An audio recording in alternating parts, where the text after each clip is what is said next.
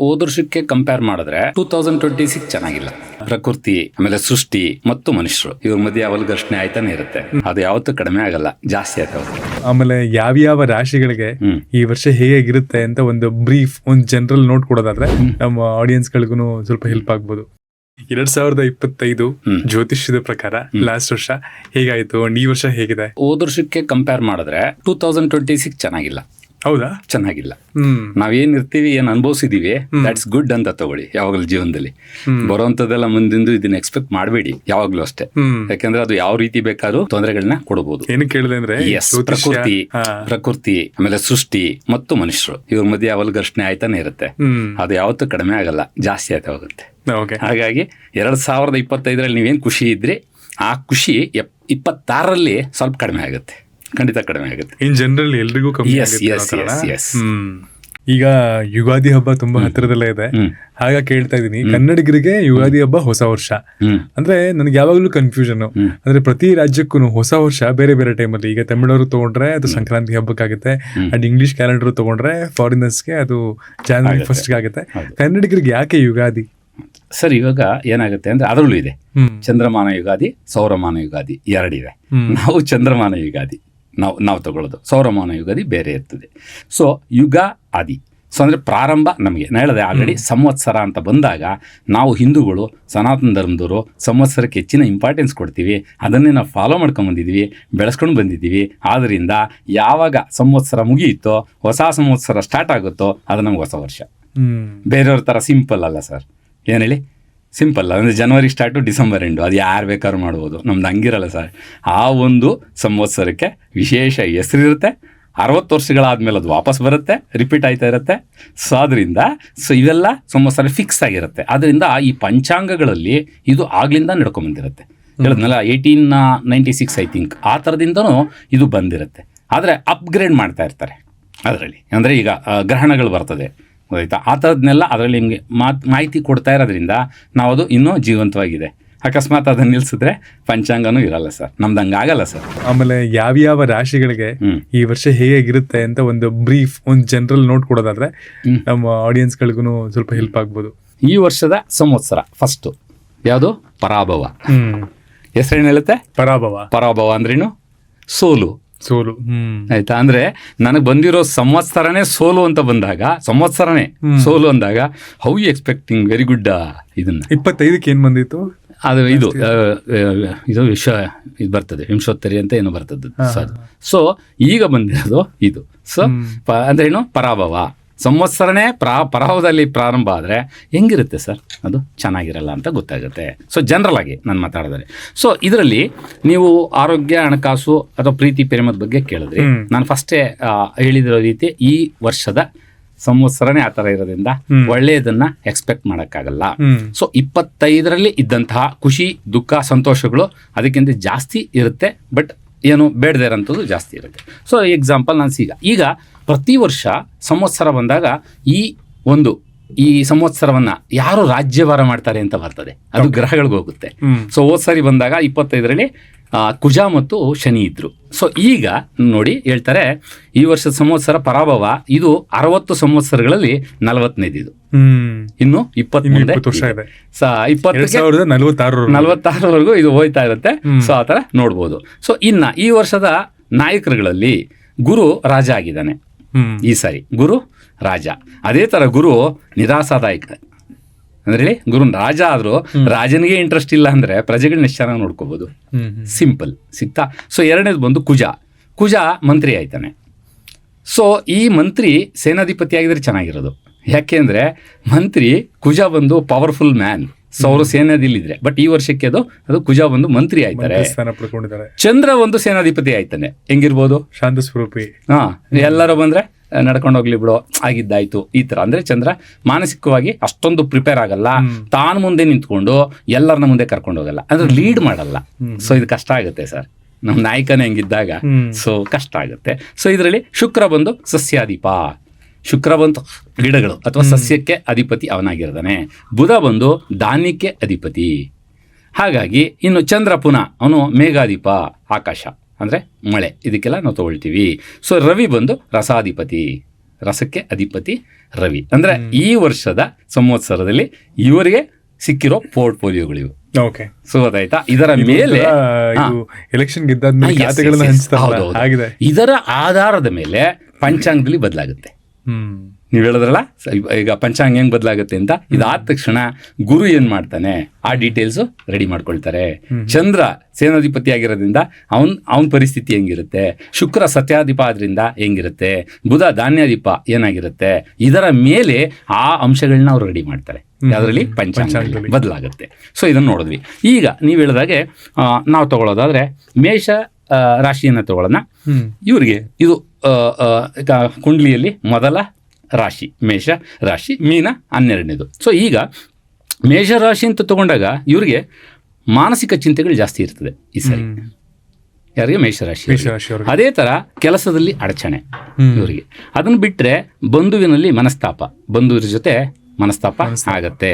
So ಅಥವಾ ಅಧಿಕಾರಿಗಳಿಂದ ತೊಂದರೆ, ಜೊತೆಗೆ ಸುತ್ತಾಟ ಮತ್ತು ಖರ್ಚು. ಇದು ಮೇಷರಾಶಿಯ ಈ ವರ್ಷದ ಭವಿಷ್ಯ. ಇದ್ರ ಜೊತೆಗೆ ಆದಾಯ ಮತ್ತು ವ್ಯಯ ಎಷ್ಟು ಅಂತ ನೋಡೋದಾದ್ರೆ ಇವರಿಗೆ 11 ಆದಾಯ ಇರುತ್ತೆ, 5 ಖರ್ಚಿರುತ್ತೆ.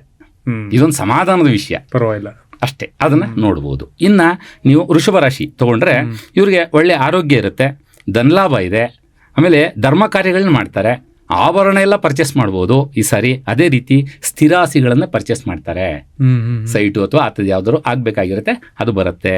ಇವರಿಗೆ ಖರ್ಚು 14, ಆದಾಯ 5. 5 ಅಂದ್ರೆ ಅಲ್ಲಲ್ಲ, ಆದಾಯ 5, ಖರ್ಚು 14. ಸೊ ಈ ತರದಲ್ಲಿ ಸಾಲ ಮಾಡಿ ಸೈಟ್ ತಗೊಂಡು ಸಿಕ್ಕಾಕೊಂಡಿರ್ತಾರೆ.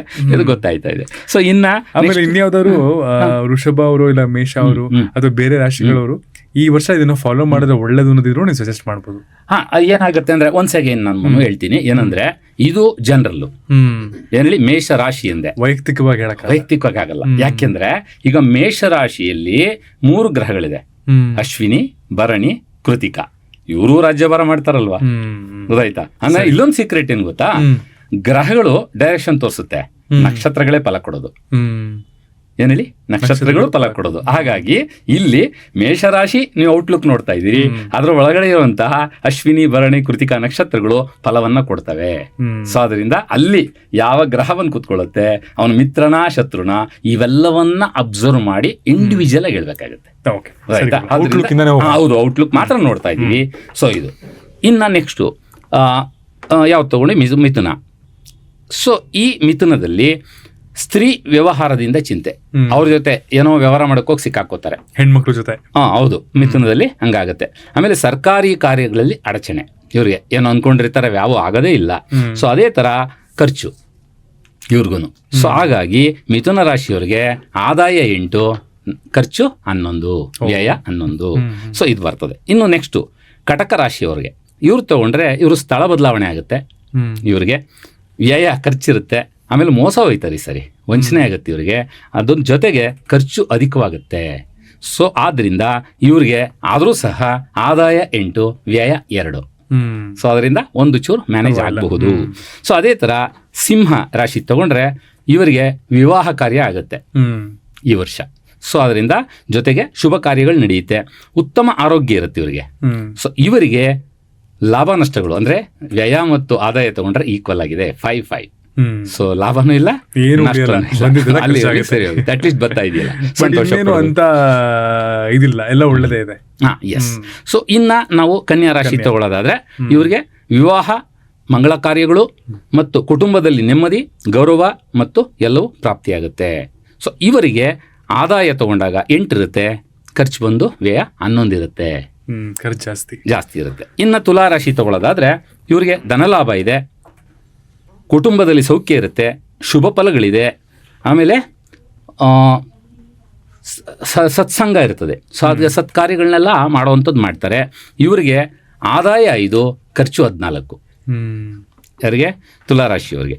ಇನ್ನು ವೃಶ್ಚಿಕ ತಗೊಂಡ್ರೆ ಇವರಿಗೆ ಚಿಂತೆ, ಕೆಟ್ಟೋರ್ ಸವಾಸ, ಚೋರಾಗ್ನಿ, ಭಯ, ಆಮೇಲೆ ಇರೋದ್ರ ಒಂಚೂರು ಶುಭ ಕಾರ್ಯ ನಡೆಯುತ್ತೆ. ಇದು ಆದಾಯ 11, ಖರ್ಚು 5. ಸೊ ಇನ್ನು ಧನುಷ್ ರಾಶಿ ತಗೊಳ್ಳೋದಾದ್ರೆ ಇವರಿಗೆ ಕುಟುಂಬ ಸೌಖ್ಯ ಇದೆ, ಪುಣ್ಯಕ್ಷೇತ್ರಗಳ ದರ್ಶನ ಮಾಡ್ತಾರೆ, ಆಮೇಲೆ ಶುಭ ಸಮಾಚಾರಗಳು ಬರ್ತಾ ಇರ್ತದೆ. ಇವರಿಗೆ ಆದಾಯ 14, ವ್ಯಯ 11. ಸೊ ಇನ್ನು ಮಕರ ರಾಶಿಯವರು ತೊಗೊಂಡ್ರೆ ಇವರಿಗೆ ಅನಾರೋಗ್ಯ ಕಾಡುತ್ತೆ, ಮನಸ್ತಾಪಗಳು ಬರ್ತದೆ, ಆದರೂ ಧನಲಾಭ ಇರುತ್ತೆ.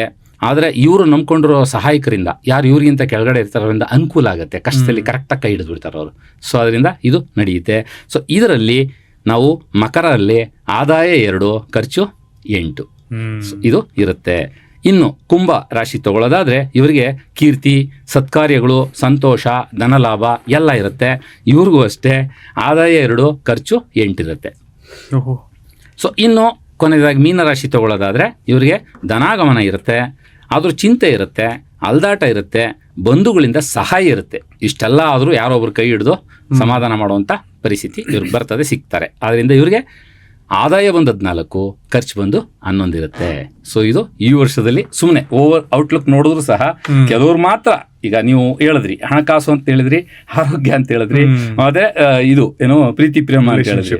ಈಗ ನಾವು ಇಷ್ಟೆಲ್ಲ ಚೆಕ್ ಮಾಡಿದ್ರೆ ಹಣಕಾಸು ಅಷ್ಟೊಂದು ಚೆನ್ನಾಗಿಲ್ಲ, ಗೊತ್ತಾಯ್ತಾ, ಇನ್ನು ಆರೋಗ್ಯನೂ ಚೆನ್ನಾಗಿಲ್ಲ, ಪ್ರೀತಿ ಪ್ರೇಮ ಇಲ್ಲವೇ ಇಲ್ಲ. ಅದು ಮದುವೆ ಆಗ್ಬೋದಷ್ಟೇ ಯಾರಿಗಾದ್ರು. ಸೊ ಅದನ್ನ ಬಿಟ್ರೆ ಅದ್ರಲ್ಲೆಲ್ಲ ಅಷ್ಟೊಂದು. ಸೊ ಈ ವರ್ಷ ಕಂಪ್ಯಾರಿಟಿವ್ಲಿ ನೋಡಿದ್ರೆ ಓವರ್ ಆಲ್ ಸ್ವಲ್ಪ ಡಲ್ ಇದೆ. ಇನ್ನು ಫಸ್ಟೇ ಹೇಳಿದೆ ನಾನು. ಅದಕ್ಕೆ ಇದನ್ನೇನು ಹೇಳ್ತೀವಿ ಅಂತಂದ್ರೆ ನಾವಿಗೆ ಪರಾಭವ ಸುಮ್ಮನೆ ಕೊಡಲ್ಲ ಸರ್, ಸಂವತ್ಸರ ಹಂಗಿರುತ್ತೆ ಸರ್.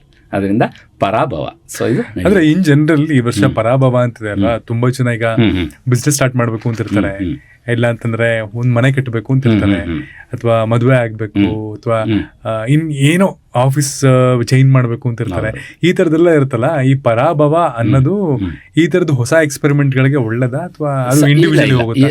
ಇಂಡಿವಿಜುವಲ್ಗೆ ಹೋಗುತ್ತೆ. ಈಗ ನೋಡಿ, ಪರಾಭವ ಅಂದಾಕ್ಷಣಕ್ಕೆ ಎಲ್ಲರಿಗೂ ಸೋಲಾಗಬೇಕು ಅಂತಿಲ್ಲ, ಆಯ್ತಾ. ಇದು ಜನರಲ್ ನಾನು ಮಾತಾಡ್ತಾ ಇರೋದು, ಆಯ್ತಾ. ಆದರೆ ನಿಮಗೆ ಆ ಥರ ಇದ್ದಾಗ ಇಲ್ಲಿ ನಿಮ್ಮ ಇಂಡಿವಿಜುವಲ್ ಕುಂಡ್ಲಿಗಳೇ ವರ್ಕ್ ಮಾಡೋದು, ನಿಮ್ಮ ಕರ್ಸಣ ಸಿದ್ಧಾಂತವೇ ವರ್ಕ್ ಮಾಡೋದು, ನಿಮ್ಮ ಧರ್ಮಾರ್ಥ ಕಾಮ್ಯ ಮೋಕ್ಷ ಅನಾಮ್ಗಳೇ ಈ ವರ್ಷದಲ್ಲಿ ನಿಮ್ಮನ್ನ ಕೈ ಹಿಡಿಯೋದು.